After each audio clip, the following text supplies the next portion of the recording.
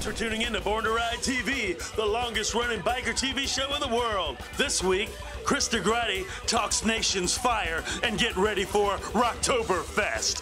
And an exclusive interview with legendary actor Bruce Dern on the set of Nation's Fire. All this and more here on Born to Ride.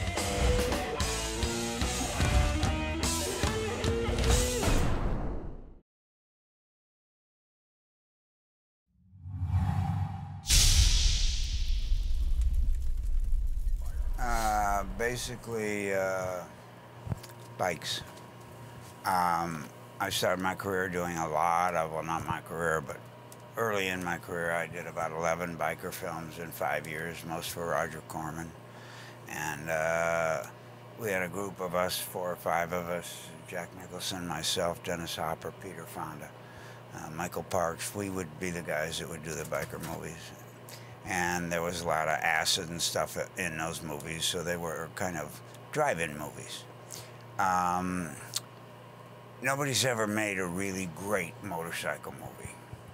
Ours were kind of exploitation movies for drive-ins, and that's what they did, and we'd make them for about $160,000 in 10 days, and they'd make $5 or $6 million in the drive-in, and they made a company called American International Pictures, AIP, and Roger Corman.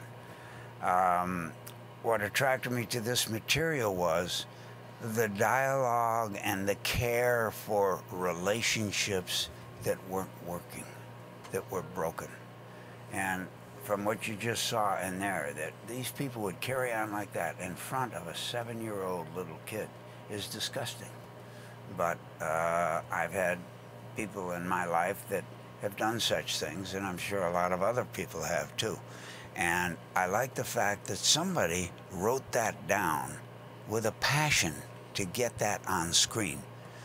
People see it. I don't know what Tom's background is, but trust me, there's something going on there that we saw in this movie. And it makes sense, and it works. And the most interesting thing about it is it's audience-orientated, because there's no age group that should see this movie except anyone between 10 and 80. Or 90, I'm 80. So it's just because, and the bikes aren't what the movie's about. The movie's about behavior and people and heart and courage and this girl being out to go out there and get done. When I was 11 years old, my mother said to me, "How come you never come home after school? Your track practice," because I was a big runner, is over by 4:30, 4:45. You're never home till 6:15. What do you do? I didn't have a good relationship with my mother. I said, well, I go out and do stuff. I have a friend, I go out and do stuff. Well, what do you do that's more important than coming home and being on time for things here? And when in my house, you had to wear white gloves to dinner and dress in a suit every dinner for 18 years, from the time I was 3 years old on. And I said, I tell you what I do, Mother. Me and my friend like up.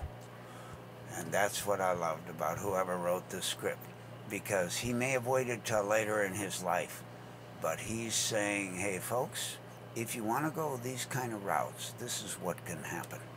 And it is people that, because of their human spirit, rose above it and, excuse the expression, but got us done. You know what I mean? And the whole thing that I say in the movie about one man, one horse, and this is what it is, you know, is synonymous with the bikers. The thing that's neat about it is, this is not a Western, but it is what the Westerns were about. This is a Western because it's still on motorcycles, which is why people left East St. Louis every April and went 15 miles a day in a covered wagon or on a horse by himself all the way to Sacramento.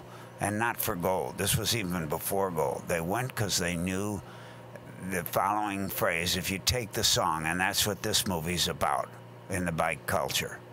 The bear went over the mountain. The bear went over the mountain.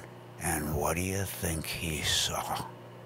What he saw was a chance for a bigger tapestry, like the pioneers saw.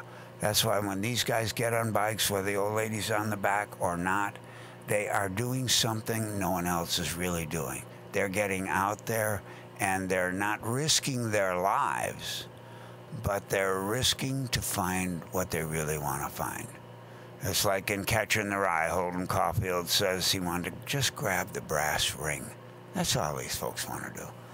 And they just don't want to be hassled by people on the way. And all the negativity about bikers and outlaw motorcycle gangs and everything else. All the bikers I was around, and I was around from Sonny Barger to all the Hells Angels in Oakland and San Bernardino and everything else, and the bona fide outlaw guys. And on my jacket in this movie, it says 1% here. That's because they're the 1% of society that thinks they don't belong or don't fit. And all they want you to do is just accept them. They want to be accepted. Everyone I knew in the days we were going in the 60s were all Korean veterans, and they were the most patriotic guys I ever knew. Their biggest day of the year was Memorial Day. You know, now they don't even celebrate it on Memorial Day, but all the bikers do. They wait till the 30th of May, and that's when they celebrate it, because that's when it is. So there's a history here that in the movie makers and the crew and the productivity. I mean, I'm here one day, and I saw 20 days of work done in a day because everybody pulled their oar. And it's very rare to see. And we're talking wildcat crews. I mean, I don't know where all you came to. I don't think you've done 10 movies together, you know what I mean? And it's a joy to see, and it's a delight, and there's an energy here that is really interesting. But the biggest thing is the story itself and the pictures that the story will show you.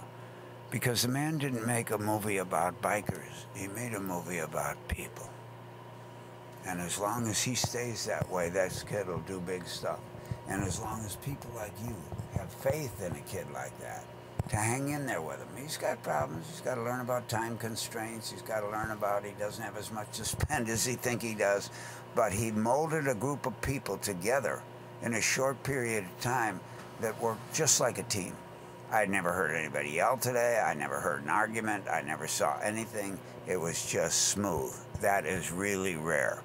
So if the folks get out and see this movie when it gets out, and you got to get it out there, and it will get out there. I don't know who you go to and show distributors, but any distributor would be nuts not to pick up a movie like this, because this is money. You know, I'm not saying it's going to win Oscars or anything like that, but it's going to get the folks' attention. And not just the folks that go to biker movies, but people that want to know why we behave why the way we do in times of crisis. And that's what this does. And you have a little girl's point of view, an older man's point of view, a guy in prison's point of view, and the city or wherever it is point of view of who those people are in their community. And that's really all I have to say, but that's what you got here. You know, you got lightning in a bottle. If you carry it on from here, you know, you're good.